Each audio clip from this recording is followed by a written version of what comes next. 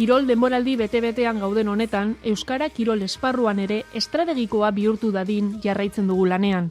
Gure bihotzak atzera pausorik ez.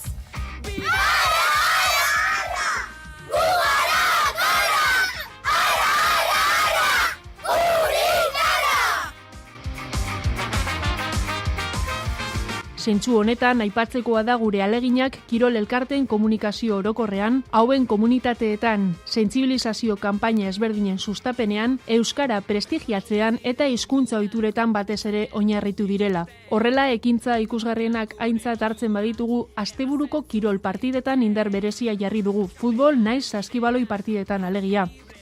4 zenbakiarekin Markel, 5 Enaitz, 6 Lier, 7 Pablo, 9 Julen, 10 Aitzol, 11 Alan, 12 Aitor eta 13 Aitor Gomez. Markagailuan 0 eta bikoa, momentu zuritarra nagusi, baina edozer gauza gerta daiteke.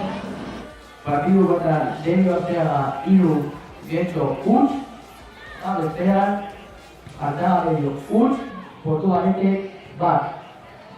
Pilotan ere asmo berdinarekin agertzen gara. Denboraldian zehar nola ez, ekintza hauekin jarraituko dugu. Izan ere, kirola euskara zentzuteaz gain, kirolariak, entrenatzaileak, zuzendaritzako kideak, zingurasoak, hizkuntza ohituren aldaketarekin sentsibilizatzea lortu dugu, baietz lortu eta euskaraldia kanpaina jolasei esker.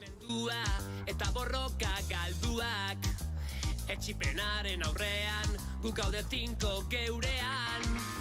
Izateko jaiok. Zer iruditzen zizu proiektua? Eskerrik asko zuri etortzearekin, proiektu hau interesantea da, atxorribela gogoten ari da proiektu bat, euskera eta kirola betera bide berdinak bidatu, eta aurrera pausu bat da. Beti atzetik,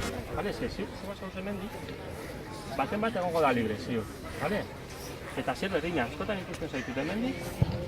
Beraz, saizialdia eta kirol esparruan euskararen erabilera normalizatzera bidean urrats handiak eman arren, oraindik badago bide luzea egiteke.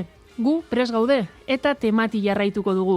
Administrazio ezberdinen eta kirol elkarteen talde lanari esker, kirolean ere euskaraz gozatzea lortuko dugulakoan.